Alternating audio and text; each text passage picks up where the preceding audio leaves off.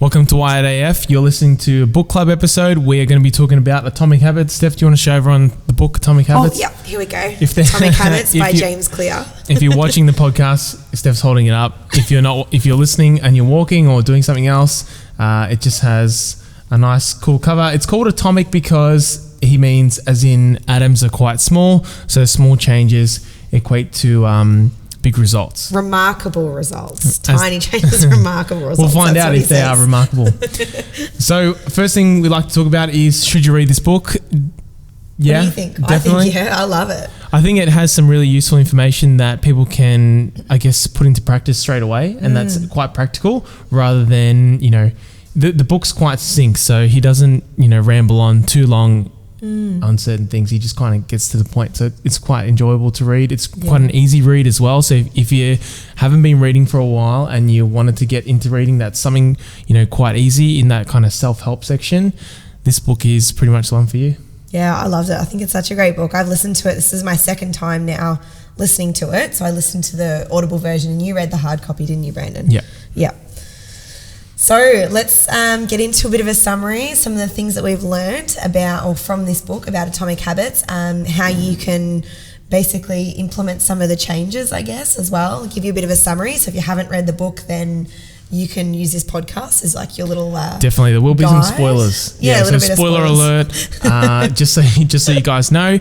So first things first, I want to talk about is your identity, and who you are really shapes the habits that you are going to form, or I guess the bad habits that you have or the good habits that you want to form. So who you think you are is something that's really important. So Steph's about to take a sip of her black nitro. Stop laughing at me, I can't. What do you think of it? Do you like it? It's quite strong, but I do like coffee, so I'm not complaining. So it says it's nitrogen infused. James Clear gives an example of people who want to quit smoking, and we'll get back to smoking in a couple of points time. But he talks about how if you're just quitting, or if you're someone who wants to quit, or someone who's trying to give up smoking, and you say to someone when they offer you a cigarette, "No thanks, I'm trying to quit," you're still identifying yourself as someone who is a smoker. So you're still categorizing yourself as a smoker who's trying not to smoke, rather than saying, "I don't smoke anymore. It's not what I do. Yeah, that's it. Don't ask me again." So it can be quite a different perspective on the person who's trying to quit smoking, or this is just an example. It's a change in mindset. It's just like someone who's exercising and eating healthy. You don't say, "Oh, I'm trying to lose weight." You say, "No, I'm a healthy person." Or I'm into fitness, like that's me, that's who I am, rather than I'm trying to be this person or I'm aiming for this. It's like, no, I am this. And then that's like shaping your identity will determine to some extent your habits that you're going to be performing. Definitely. So I think that's the most important thing. So trying to work out, it sounds a bit funny, but who you are. So who you are and what values you have is going to determine the habits that you have and what you think you can achieve. If you're someone who says, we've had clients come in here and say, "Oh, I'm not a lifter." Well, they're probably not going to get really far with any lifting movements. So it's just the attitude that you have, and it can make a big difference. So that was something that's quite important. Yeah. He also talks about the 4 laws of basically making habits, which I think are awesome, and they're really they make sense once you think about them and talk about oh yeah, of course, that makes lots of sense. So you can use these laws to either create a good habit or to break a bad habit. So the first law is to make it obvious. The second law is to make it attractive. The third law is to make it easy, and then the fourth law is to make it satisfying. So to create a good habit, you need those 4 things to make a successful habit. And then on the flip side, if you wanted to break a bad habit, you would need to make that bad habit invisible. You'd need to make it unattractive. You need to make it difficult, and you also need to make it unsatisfying. So we can go into those a little bit deeper as well, I guess, on how you would do those things. Definitely. So I think the first one, but I think for me, what was the first one? Make it obvious for a good habit. So I think it goes without saying, I find that I think the second one, make it attractive. So I think if it's attractive, you're going to do it anyway, and it kind of overrides everything. Yeah. So make it attractive and make it satisfying. It goes without saying, if you enjoy going to the gym and you have a really, your gym's clean, or even if you want to clean your car, if you have all the equipment out near you and it's easy to access, it's going to make you want to clean your car more. If you have things that everything's kind of tucked away and it's really hard to access, chances are you're probably not going to use it. So for example, people that have bikes. So everyone just brought bikes because we're in lockdown, and they brought bikes about 6 months ago. If you put your bike and it's all dirty and it's in the shed and the tires need to be pumped up, that's not very attractive and it's not very obvious. So it's really difficult for you to probably ride that bike, not because riding the bike's hard, but because it's not very pleasing to want to use it. Yeah. If you just left the bikes in the garage and they're really easy to access and they've got cool little stands, which I don't think they're that cool, but whatever. So they're on stands and the tires are pumped up and they're fairly clean, and you just have to open the roller door and go for a ride and your helmet's there. It makes it a lot easier to do it. So making it attractive and making it pleasing for yourself is going to be really easy to continue the habit. Yeah, exactly. So then he kind of gives you some ways that you can make things more attractive for people who don't know how to make something attractive. So that sounds like a really easy way to do it, right? But not everyone can think as well as you, Brayden. They don't always know what to do, right? So like, I guess when they're talking about making something obvious, they're talking about making your environment like obvious, designing your environment so that it is the best possible environment for you to complete this habit. So the author James Clear gives an example in the book of him eating apples. He said how, he has apples, he buys all these apples and then he puts them in the bottom of the fridge and he doesn't even see them, he forgets they're there, and then they've gone off. So then what he did was he got a bowl and he put the bowl in the middle of the kitchen table and he's got all the apples on the middle of the kitchen table, and then all of a sudden, without even realising, he was eating an apple or two a day because they were right there in front of him, they were obvious. I think of the example of chocolates in my house for that. When there are chocolates on the kitchen table, I eat them all the time. If they're not there on the kitchen table, I don't eat them because I don't see them and I don't think about it all the time. So it's just, that's your environment, designing your environment to make it obvious or not obvious, invisible or obvious. Which do you want? Do you want to make it clear to you that you want to do that habit, or do you want to not do that habit? Exactly. Yeah. So you can sabotage yourself for good habits and for bad habits. So obviously James in his book, he reversed all of the things. So you can, like, the reverse of make it attractive. It's called the inverse. Yeah, whatever. No. So he reverses the make it attractive to make it unattractive, make it unsatisfying instead of satisfying. So so simple thing that Steph just mentioned with the chocolates. If you don't want to eat chocolates, either don't buy them, or if you have them, put them in a place where it's a little bit more difficult to access. Yes. But we're not demonizing chocolates at all. We don't do that on this podcast. We love chocolate.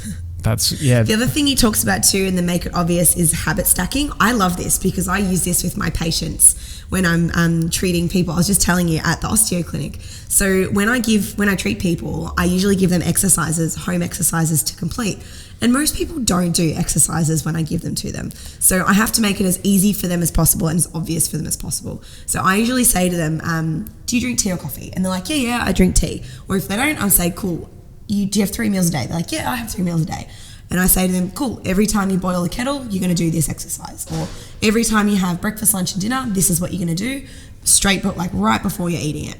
And they're like, oh, I can do that. That's easy. I'm like, I know, it's easy. Like, that's habit stacking. So you would do the habit after something you already do.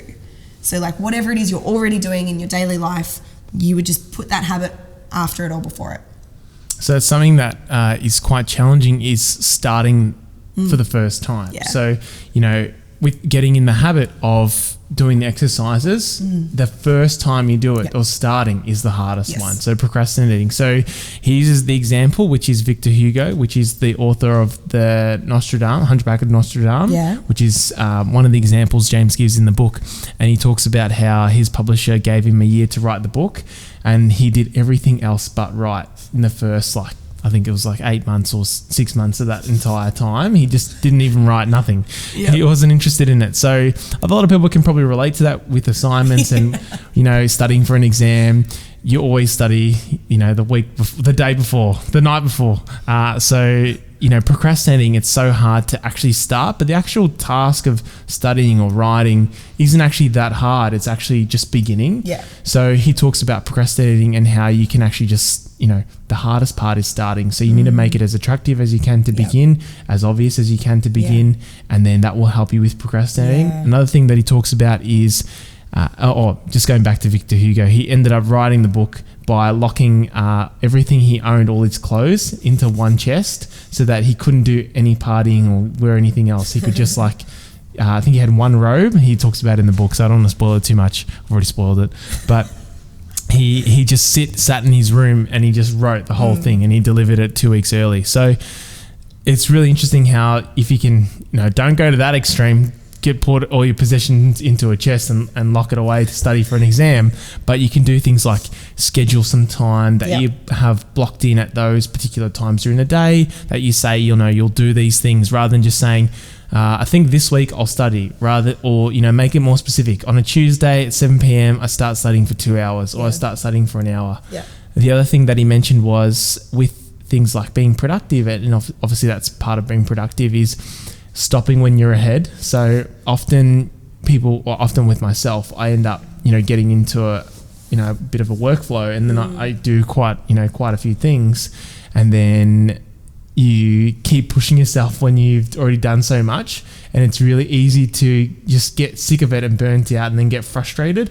So leaving it on a positive note and accomplishing small things for the day is going to be a lot easier and a lot more, satisfying in the long run to want to go back to it. So you're kind of always leaving on a positive note rather than going, overreaching and trying to go a little bit too far. Yeah, exactly. So then on to the make it attractive, which you already touched on anyway, but he sort of talks about how you can make a habit more attractive by being involved in a culture or a group of people that also do this behaviour.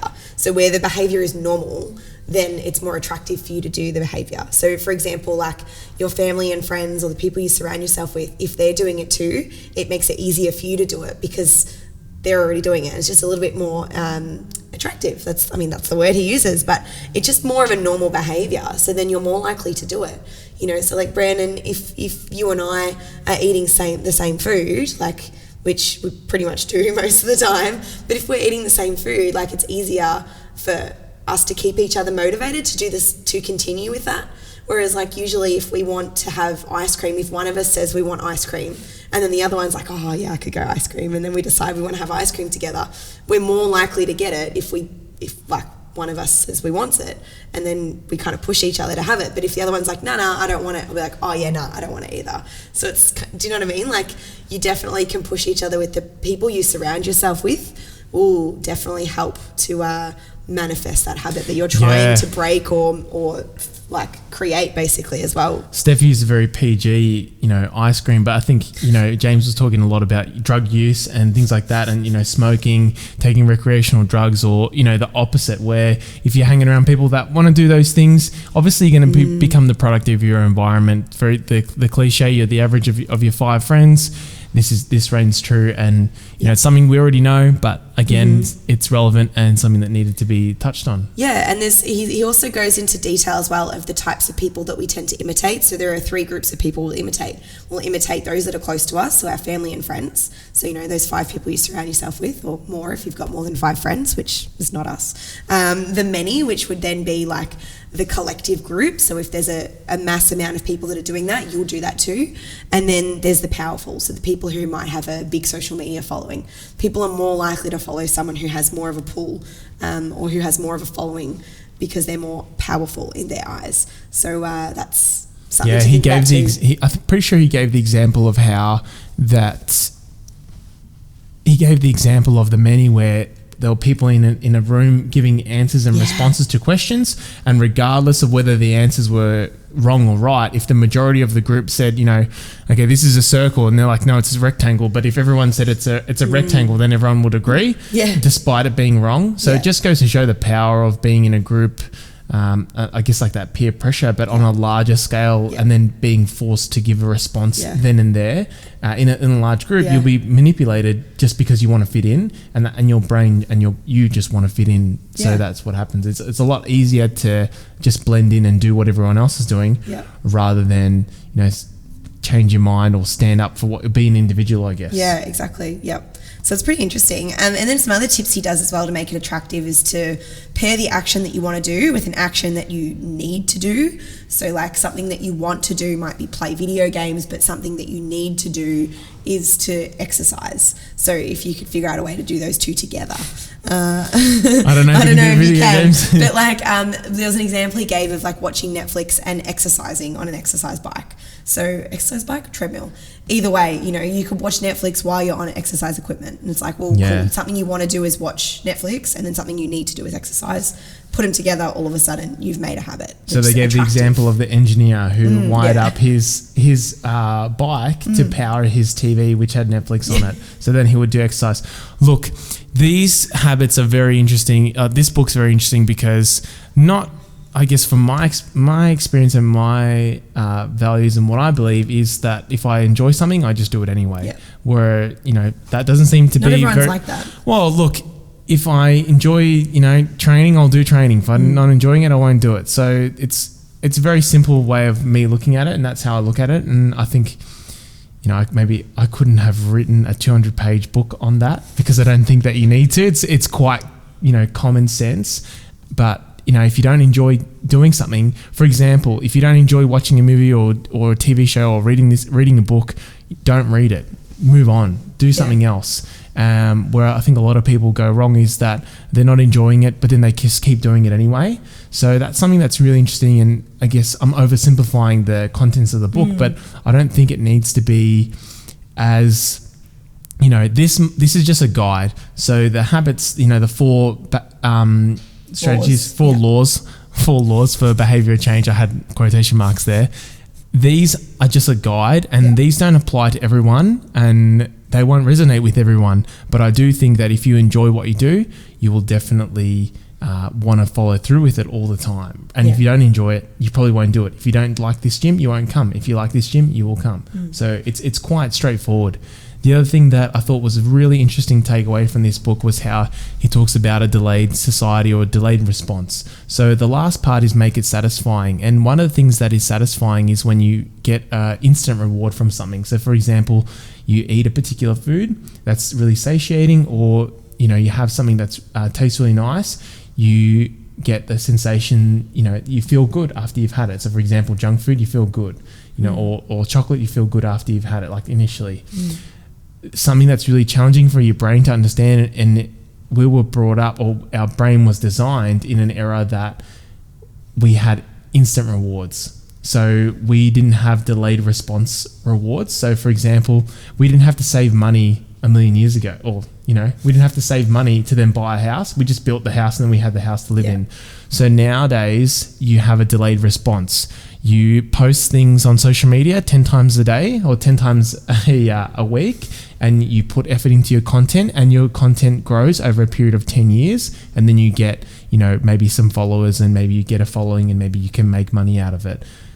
You don't do one post and then immediately get all these rewards. You don't get anything from it. So it's quite delayed. So same thing goes with exercising and eating healthy. So you go to the gym, you complete your program for 12 months. At the end of 12 months, you're quite strong.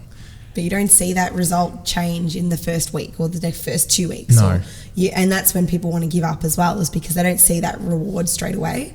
But he does talk about that, you know, like how you can make it more satisfying in a way without getting the reward straight away. So for example, he says things like, well, give yourself an immediate reward, whatever that might be, to basically like once you've completed your habit. So whatever that reward might be, once you've completed that habit.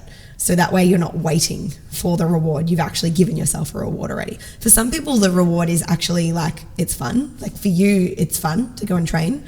But not everyone feels that way. So, you know, like it's going to be tricky because this is different for everyone. And obviously you've got to take it away what suits you. But the other one that I like as well that he spoke about with the satisfying point was to never miss twice. So like if you miss a day at the gym, you don't do it 2 days in a row. You just miss the one day.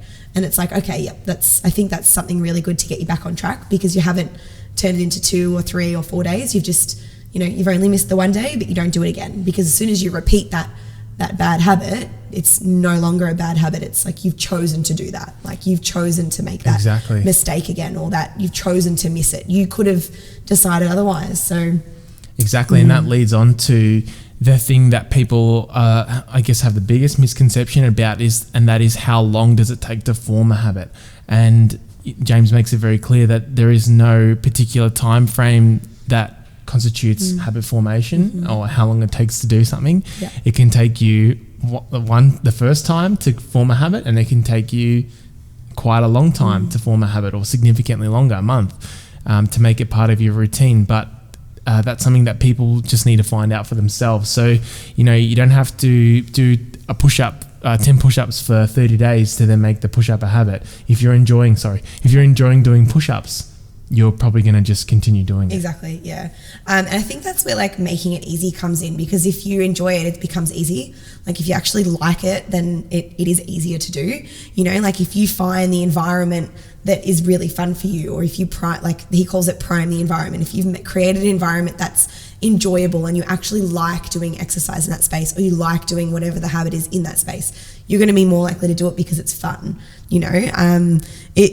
And making it like automatic, putting it around a time that suits you, that's really easy. For me, it's like finding a time to train can be a bit of a nightmare sometimes, like to exercise. Like I'm not really a morning exerciser, I'm not really a night exerciser, because by the time the night comes around, I'm like, I can't be bothered now. Lunchtime for me is perfect. If I can find a lunchtime class and with a group of people that's like really enjoyable, I'm more likely to stick to it and do it over and over, because I'm like, well, this is easy for me now, and it becomes satisfying because it's fun. So you do have to think of all these things, like what's the time that's easy, what's the place that's easy and fun, the environment, all these things. Like you can kind of control them in some degree. Like you've just got to figure out what it is that works for you. Something that is the biggest downfall of Zoom classes and Zoom training in general is the person's environment that they have at home. So we're running the Zoom class, we have the program, you just literally turn your computer on, your computer's probably charged or your phone's probably charged because you use it all the time. You have the app downloaded already, but that's not the problem. The problem is you're doing it in your lounge room where you normally have TV, you probably have clothes hanging up, you probably have, your chair is in another room, you're not quite organized, you don't have the space for it. And all these things, and it's not as enjoyable, it's not as easy to do. Well, that makes it hard. But then we see other clients where they go outside, they have their weights, they have some mats on the ground, or they have a yoga mat or whatever it is, and they have a chair and plenty of room to exercise, a nice space that's clean. Got a good music setup maybe, they just have a good vibe, and it makes it so much easier. It makes it so much easier. So that's something that's really important in sticking to a habit. And I think that's something where people go really astray, and that is putting the time into setting everything up to make it enjoyable for yourself. Otherwise people are kind of just sabotaging themselves and then wondering why they can't actually follow through with it. I think like it's really important to make a plan, like he doesn't go into it as much detail. Like he sort of says to make a plan, you set a time and a place to do your habit. But I think like planning ahead with the habits that you want to do really does make a difference. Like he sort of says in the book about making a list and seeing when you can fit your new habits in on the list of the current habits you've got. But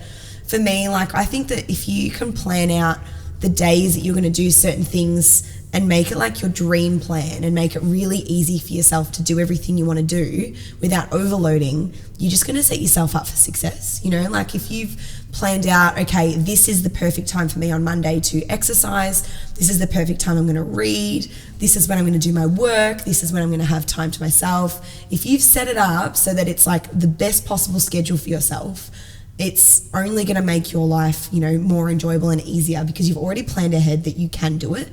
And you've created that successful like environment and plan for yourself. Yeah, James. You know what I mean? Yeah, James talks briefly about the planning, and he talks more about how he uses the example of people who plan and that's all they do. Yeah. So people that are like, I'm just working out how I'm going to do it, or I'm just trying to work out the days, but they've been doing that for 6 months.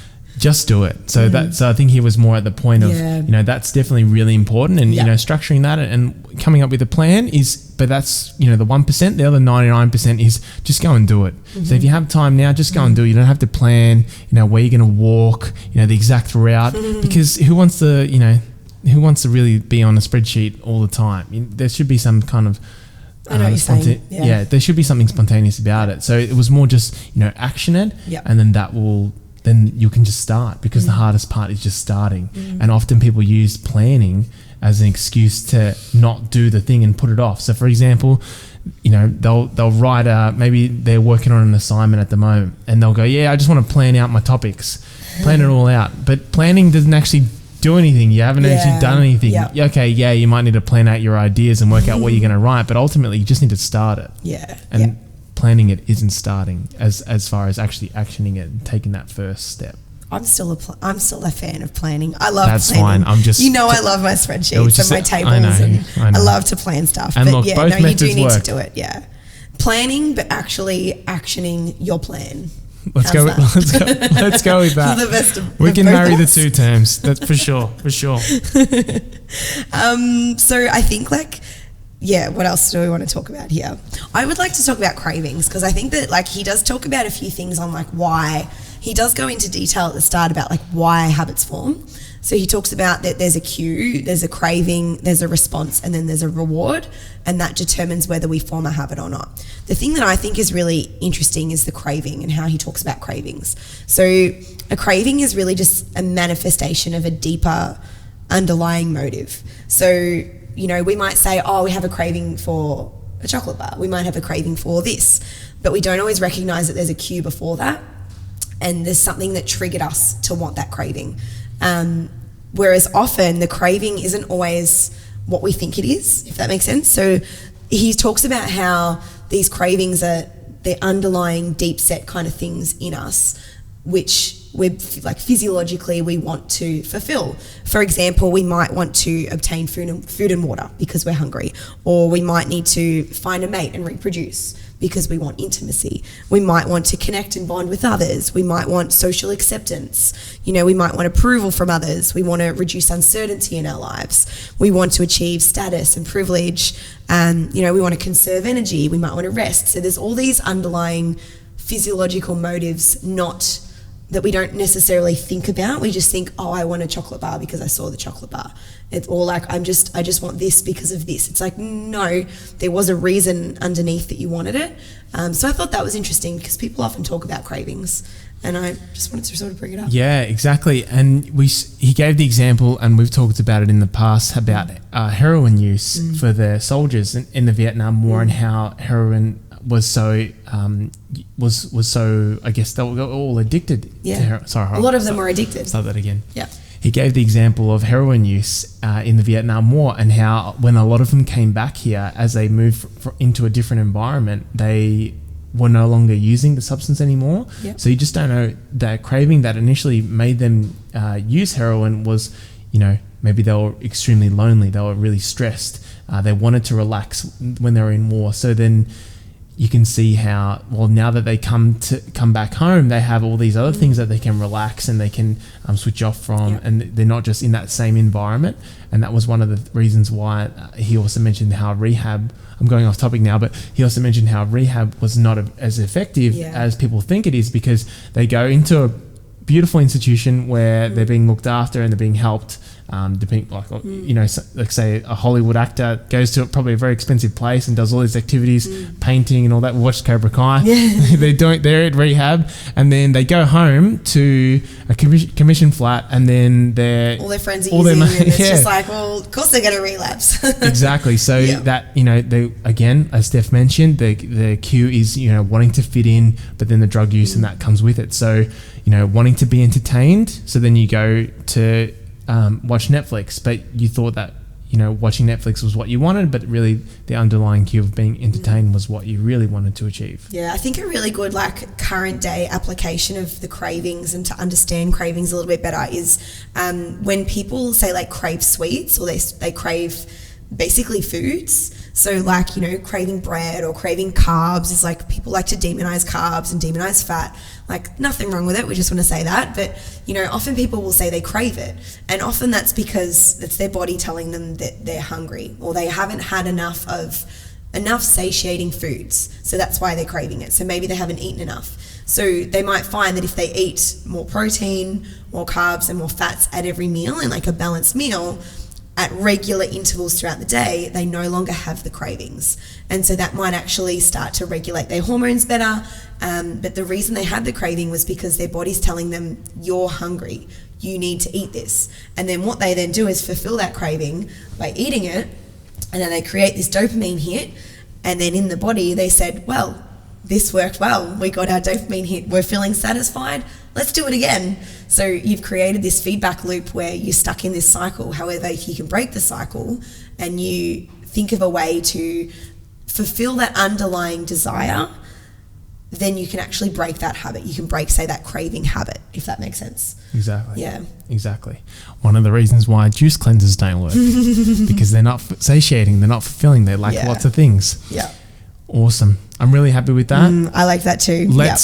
There's obviously lots more things that he talks about as well. This is just like some things that we thought were really interesting. And, you know, if you guys have read the book anyways, you'll probably have a lot more insight as well. And you have some favourite things that he spoke about. But I guess this was just our interpretation and things that we enjoyed about it, and give you a tiny little overview. But highly recommend reading the book. It's definitely really well written. There's also lots of documents you can download online too, because he's got a website and you can see all of the templates and things that he's included in the audiobook and the physical book. You can go on the website and you can download it all for free. Yeah, so if you just go to James Clear Atomic Habits, if you just type that into the internets, you'll be able to see heaps of resources, because throughout the book there's all these worksheets that you complete where you can talk about, you know, how you want to structure your habits. If you're someone who's a bit lost with, you know, actually coming up with a plan, I know we just spoke about plans before, but if you're someone who's a bit lost and wants some help with these kind of resources, they're all available on the website. So we highly recommend checking that out. And you can just get a bunch of, if you don't have the book already and you don't want to pay for it and you're unsure whether or not you're going to enjoy it, there's a bunch of excerpts from the book that are available. Yeah, that are available on the website that you guys can check out. Hopefully you enjoyed this. What would you rate the book out of 5 stars, Steph? Out of 5 stars, I'm going to say like 4.5 out of 5. I had to think about it. 4.5 out of 5. How about you? I felt bad giving it a 4, but only because on Goodreads you can't give it a 4.5. And look, I think it's definitely something that people are going to really enjoy. And I think because of how easy it was to read, I think it's definitely it's definitely up there, because it's well written. Lots of examples. I didn't feel like with While We Sleep, I felt like at points it was quite dry. And it was making me fall asleep actually reading it. Whereas this time, when I read this book, it was so much easier to read and really, it was really fun. Yeah. Awesome. Agreed. Hopefully you guys enjoyed this episode. There's a bunch of other episodes we've done. This is one of the 32 I think we're up to now. And we've just been pumping them out so you guys can see every week we're putting out a new episode. Hopefully you guys are enjoying the episodes. If you have any questions for Steph or I, put them in the Instagrams, or we don't have Facebook, do we? No. You can just email, comment.